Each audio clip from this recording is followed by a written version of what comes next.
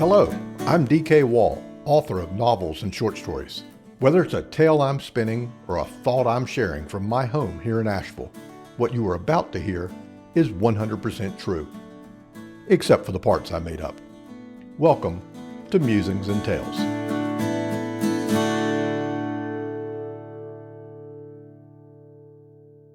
We live in an age of technological marvels designed to make our lives easier.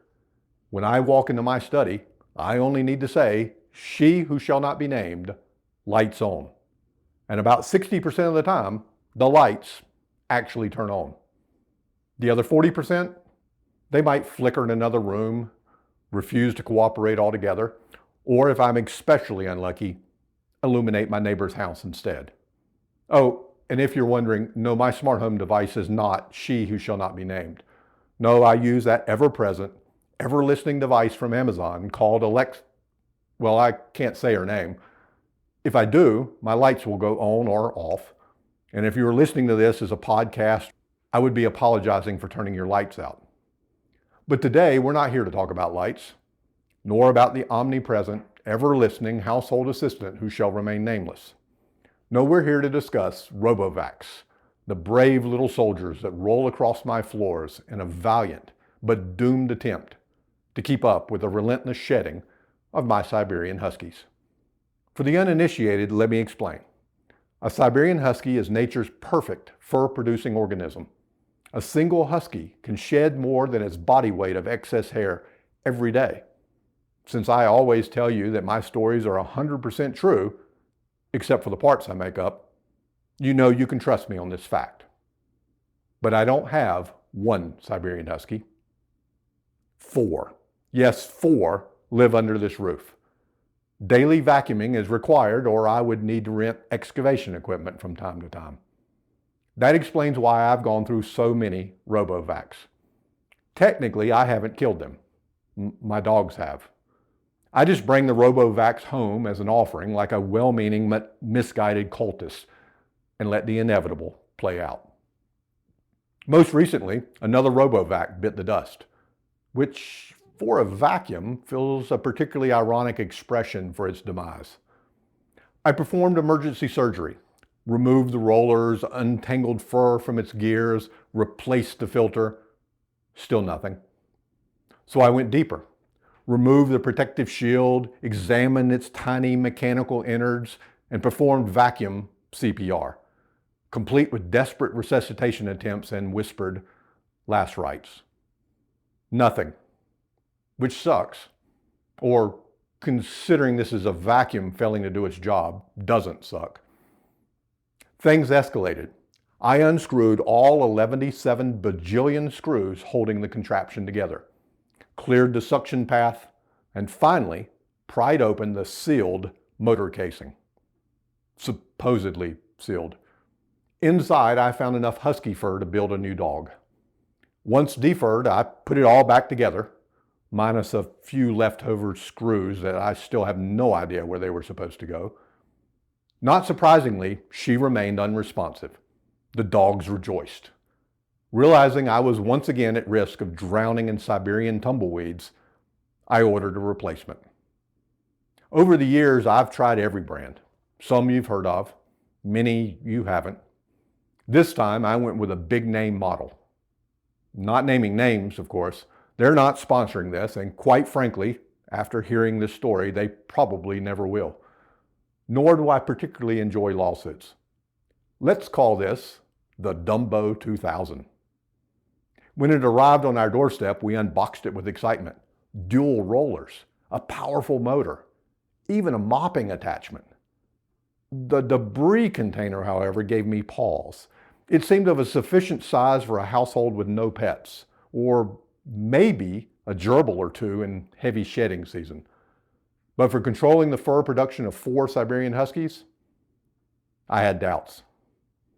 Nevertheless, we pressed forward, downloaded the Dumbo 2000 app to my phone, created an account and an impossible to crack password in the event some hacker tried to overtake my house by appliance, connected the robovac to Wi-Fi successfully after only 7 tries of typing the equally complicated password for my home's internet.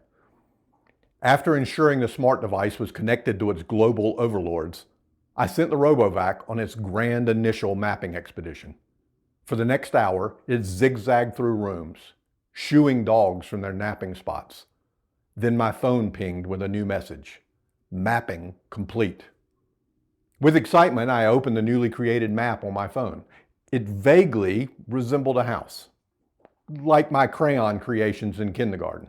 It was missing only the chimney with the squiggly lines of smoke curling into the blue sky with a yellow sun. Still, if I squinted and tilted my head, I could almost see our home's layout. Roughly, it had the shapes for the kitchen, dining room, den, and my office, the 4 key rooms of the main floor of our house. I helpfully labeled each room in the app, assigned cleaning zones, and dispatched Dumbo 2000 on its maiden voyage to vacuum a single room, my study, where the dogs hang out most days while I dutifully scribble entertaining stories like this one. 30 minutes passed. A ding came from my phone. An urgent message from Dumbo 2000. Bin full. Fair enough. We had skipped a few days of fur harvest while awaiting a replacement vacuum. I emptied the bin, restarted the Dumbo 2000, and sent it on its merry way. About 30 minutes later, my phone buzzed again. Job done, and bin full. With trepidation, I traipsed to my study for inspection. 4 sets of paws scurried along to join me on my mission. Surprisingly, the floor looked clean. I celebrated. The dogs complained and sprinkled magic Siberian fur in their wake. But at least we all knew the Dumbo 2000 was a keeper, despite the newly deposited tufts of hair wafting about. A few days in, though, Dumbo 2000 started exhibiting quirks.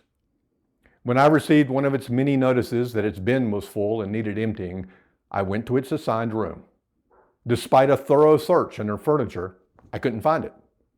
No worries. The mapping software would show me exactly where it was.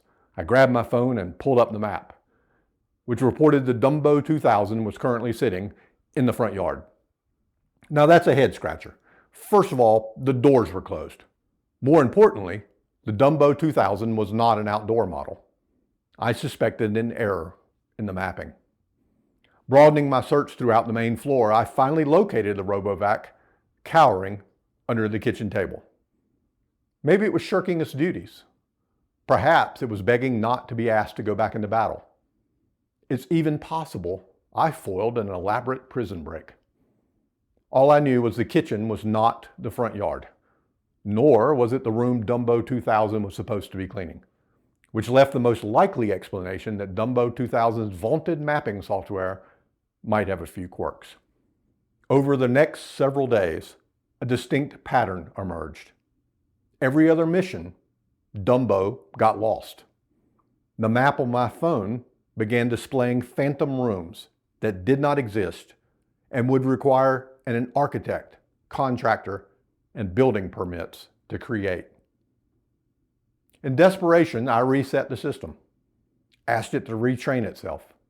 Despite these requests, Dumbo 2000 continued to wander my halls, as lost and confused as a high school freshman on the first day of school. Whatever problems it had finding its place on this earth, it never failed to cry out every half hour, "Bin full. Help me. I'm choking." I surrendered. Dumbo 2000 was exiled to the upstairs guest bedrooms. The dogs don't go there, at least not often. Occasionally, a freshly made guest bed proves too tempting for a canine nap. But overall, the upstairs is a gentler battlefield for the vac. If it got lost, we would find it in due time. No harm could come to it, at least as long as it didn't mistake the steps down to the main floor as a hallway to safety for marauding canines. The older model from upstairs, not of the Dumbo brand, was brought downstairs and asked to do its best. It's dutifully wheezing and limping in its attempts to keep the fur forest thinned. For what it lacks in fancy, it makes up with Scrappy. Thinking my saga was complete, I settled into my freshly vacuumed office and pulled up my emails. The Dumbo company had sent me an offer. The message, I kid you not, read, "Need accident protection? For a small fee, we've got you covered. We'll provide you with a replacement robot if you ever need one." I eyed the stairs. The dogs studied me. The Dumbo 2000 whirred nervously. Maybe insurance wasn't such a bad idea.